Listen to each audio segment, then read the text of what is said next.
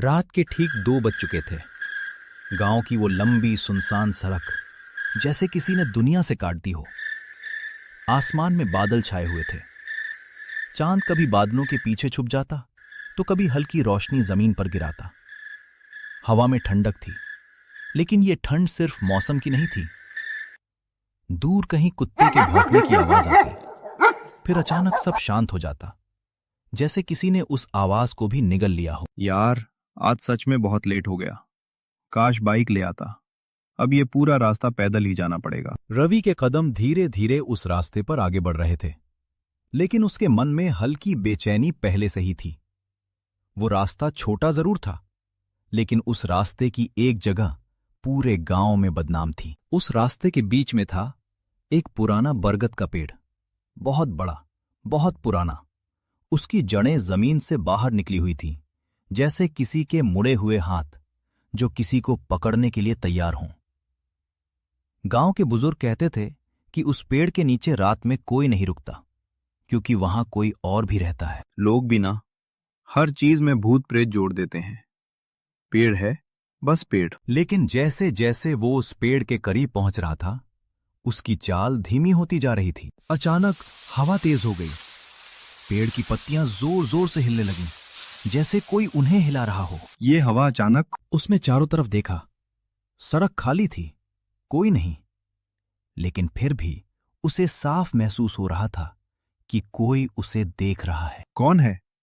कोई है क्या? कोई जवाब नहीं, सिर्फ हवा। और तभी उसकी नजर पेड़ के नीचे गई।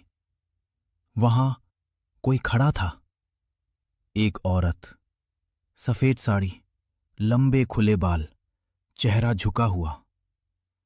वो बिल्कुल स्थिर खड़ी थी, जैसे पत्थर की मूर्ति। इतनी रात को यहां? उसके शरीर में एक अजीब सी ठंड दौड़ गई, लेकिन उसने खुद को समझाया।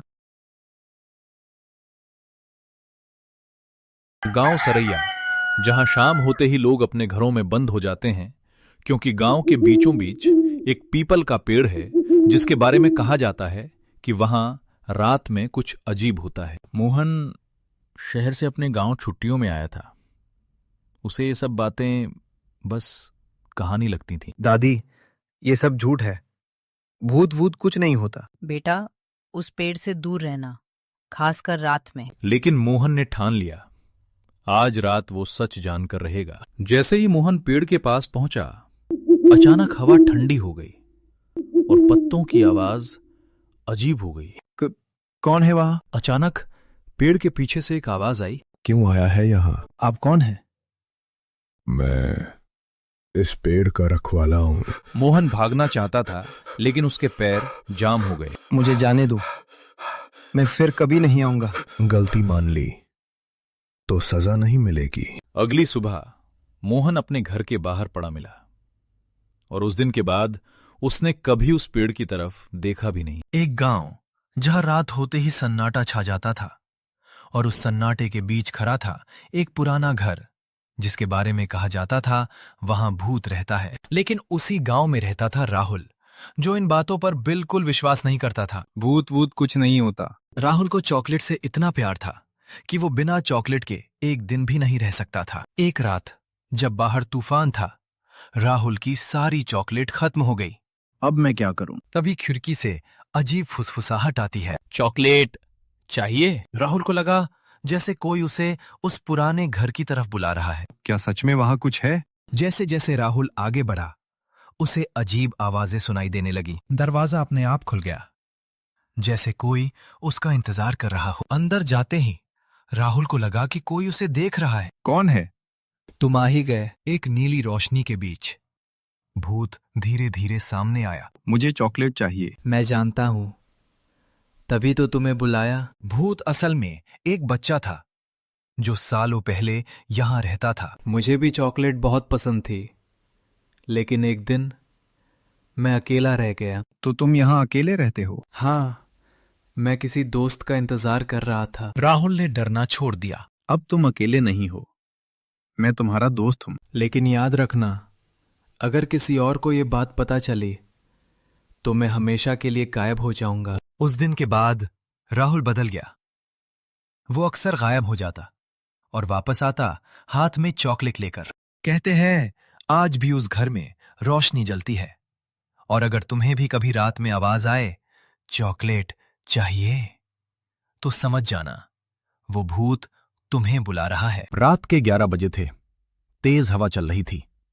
आसमान में काले बादल छाए हुए थे और बीच बीच में बिजली चमक रही थी। गांव कालीघाट के बाहर वाली सड़क पूरी तरह सुनसान थी। रवि अपनी बाइक से शहर से गांव लौट रहा था। रास्ता छोटा करने के लिए उसने जंगल वाला पुराना रोड चुना। गांव वाले हमेशा कहते थे, रात के बाद उस सड़क पर मत जाना, वहां लाल साड़ी वाली औरत घूमती है। रवि इन बातों पर विश्वास नहीं करता था। वो हंसते हुए बोला, भूत वूत कुछ नहीं होता। तभी अचानक उसकी बाइक बंद हो गई। क्या यार? उसने कई बार स्टार्ट करने की कोशिश की, लेकिन बाइक चालू नहीं हुई। चारों तरफ गहरा सन्नाटा था। तभी उसे दूर सड़क के किनारे कोई खड़ा दिखाई दिया। एक औरत, लाल साड़ी, लंबे खुले बाल और हाथ में पुराना लालटेन। रवि थोड़ा घबरा गया। उसने धीरे से पूछा, कौन है आप? औरत ने बहुत धीमी आवाज में कहा, मुझे घर तक छोड़ दोगे? रवि ने आसपास देखा। जंगल के बीच कहीं कोई घर नहीं था। आप यहां क्या कर रही हैं? उसने पूछा। औरत ने सिर नीचे रखते हुए कहा, मैं रास्ता भटक गई हूं। उसकी आवाज अजीब थी, जैसे बहुत दूर से आ रही हो। रवि ने सोचा शायद कोई मुसीबत में होगी। ठीक है, आइए। दोनों सड़क पर चलने लगे। कुछ मिनट बाद रवि को अजीब लगने लगा। उसने ध्यान दिया, औरत के पैरों की कोई आवाज नहीं आ रही थी। न चप्पल, न कदम, कुछ भी नहीं। रवि ने धीरे से पीछे देखा। औरत अब उसके बहुत करीब थी, इतनी करीब कि उसके बाल रवि के कंधे को छू रहे थे। रवि डर गया। आप थोड़ा दूर चलिए। औरत मुस्कुराई। उसकी मुस्कान बहुत डरावनी थी। तभी बिजली चमकी और 1 सेकंड के लिए रवि ने उसका चेहरा देखा। आधा जला हुआ चेहरा, सफेद आंखें। रवि का खून जम गया। रवि डर के मारे पीछे हट गया। तुम इंसान नहीं हो। औरत की गर्दन धीरे धीरे टेढ़ी होने लगी। फिर वो डरावनी आवाज में बोली, मैं भी कभी इंसान थी। अचानक हवा बहुत तेज चलने लगी। पेड़ जोर जोर से हिलने लगे। औरत धीरे धीरे रवि की तरफ बढ़ने लगी। तुम मुझे छोड़कर नहीं जाओगे? रवि तुरंत भागने लगा। उसके पीछे औरत की हंसी गूंज रही थी। रवि पूरी ताकत से दौड़ रहा था, लेकिन अचानक उसे महसूस हुआ कोई उसके बिल्कुल पीछे दौड़ रहा है। उसने पीछे देखा। लाल साड़ी वाली औरत जमीन पर नहीं, हवा में तैर रही थी। उसकी आंखें अब लाल हो चुकी थीं। भागते भागते रवि को एक पुराना मंदिर दिखाई दिया। वो तुरंत अंदर घुस गया। मंदिर के अंदर एक बूढ़ा साधु बैठा था। रवि चिल्लाया, बचाइए मुझे। साधु ने बाहर देखा। उसका चेहरा गंभीर हो गया। तो उसने तुम्हें देख लिया। कौन है वो? साधु धीरे से बोला, नंदिनी। फिर उसने कहानी सुनानी शुरू की। 20 साल पहले नंदिनी नाम की लड़की की शादी हुई थी। शादी के बाद उसका पति उसे इसी सड़क पर छोड़कर भाग गया। भारी बारिश हो रही थी। नंदिनी पूरी रात उसका इंतजार करती रही। फिर देर रात एक ट्रक ने उसे कुचल दिया। उसकी मौत बहुत दर्दनाक थी। उस दिन के बाद उसकी आत्मा उसी सड़क पर भटकने लगी। जो भी आदमी रात में अकेला मिलता, वो उसे अपना पति समझ लेती और फिर उसे अपने साथ ले जाती। रवि कांपने लगा। मुझे बचाइए बाबा। साधु ने उसे एक ताबीज दिया। ये ताबीज उसे कुछ देर रोक सकता है। तभी मंदिर का दरवाजा अपने आप खुल गया। धड़ाम। बाहर वही औरत खड़ी थी। हवा बर्फ जैसी ठंडी हो गई। मंदिर के दीपक अपने आप बुझ गए। औरत धीरे धीरे अंदर आने लगी। साधु मंत्र पढ़ने लगा, ओम काल भैरवाय नमः। औरत दर्द से चीखने लगी, लेकिन वो रुकी नहीं। उसने गुस्से से रवि की तरफ देखा। तुम मुझे छोड़कर नहीं जा सकते। अचानक वो हवा की तरह गायब हो गई। रवि डर गया। वो कहां गई? तभी उसके कान के पास आवाज आई, यहीं हूं। रवि ने धीरे धीरे पीछे देखा। औरत उसके बिल्कुल पीछे खड़ी थी। औरत ने रवि का गला पकड़ लिया। उसके हाथ बर्फ जैसे ठंडे थे। रवि सांस नहीं ले पा रहा था। साधु जोर जोर से मंत्र पढ़ने लगा। फिर उसने आग में कुछ फेंका। अचानक तेज रोशनी हुई। औरत पीछे हट गई और दर्द से चीखने लगी। साधु चिल्लाया, रवि, उसकी टूटी चूड़ी सड़क पर पड़ी है, उसे जला दो। रवि तुरंत मंदिर से बाहर भागा। बारिश बहुत तेज हो चुकी थी। कुछ दूर उसे सड़क पर लाल चूड़ी दिखाई दी। जैसे ही उसने उसे उठाया, उसके सामने नंदिनी की मौत का दृश्य दिखाई देने लगा।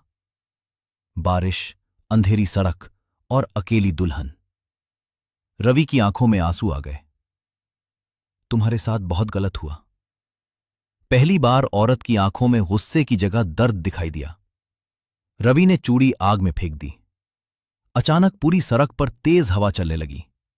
नंदिनी जोर से चीखी और फिर धीरे धीरे धुएं की तरह गायब हो गई। सब कुछ शांत हो गया। अगली सुबह रवि गांव छोड़कर शहर लौट गया। कुछ दिनों बाद उसकी जिंदगी फिर सामान्य हो गई। एक रात वो ऑफिस से लौट रहा था। तभी उसने सड़क किनारे एक छोटी लड़की को खड़ा देखा। लाल कपड़े, खुले बाल। लड़की ने धीरे से पूछा, भैया, मुझे घर छोड़ दोगे? रवि का चेहरा डर से सफेद पड़ गया। तभी बिजली चमकी।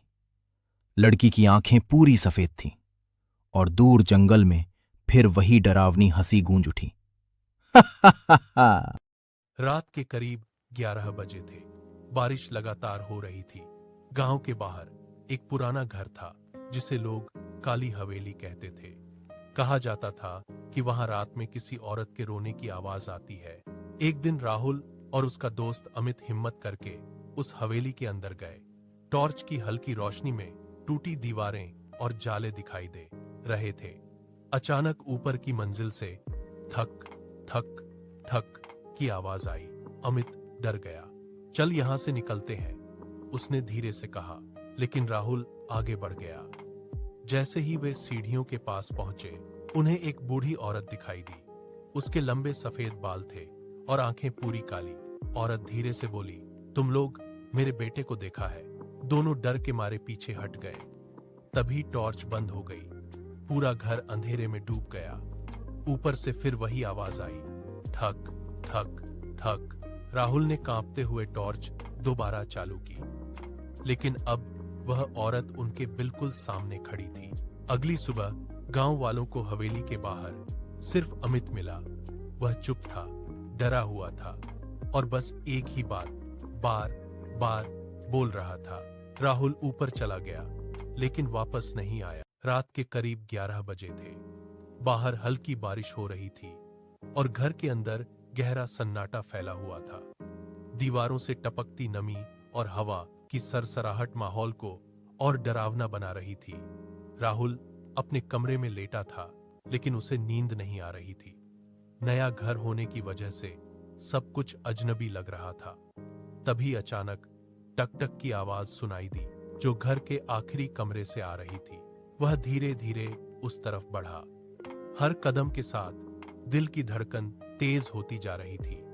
उसने कांपते हाथों से दरवाजा खोला। अंदर कमरा खाली था। पुरानी दीवारें, टूटा फर्नीचर और धूल जमी हुई थी। सब कुछ सामान्य लग रहा था, फिर भी एक अजीब सा डर महसूस हो रहा था। वह वापस मुड़ने लगा। तभी उसे महसूस हुआ जैसे कोई उसके पीछे खड़ा है। उसने पीछे देखा, कोई नहीं था। जैसे ही उसने दरवाजा बंद करना चाहा, उसकी नजर पुराने आईने पर पड़ी।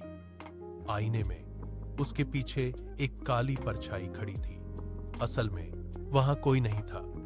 उसकी सांसें तेज हो गईं। वह हिल भी नहीं पा रहा था। आईने में खड़ी परछाई मुस्कुराई और धीरे धीरे बाहर आने लगी। कमरे की हवा ठंडी हो गई और दरवाजा अपने आप बंद हो गया। अगली सुबह घर पूरी तरह शांत था। दरवाजा खुला हुआ था, लेकिन राहुल कहीं दिखाई नहीं दे रहा था।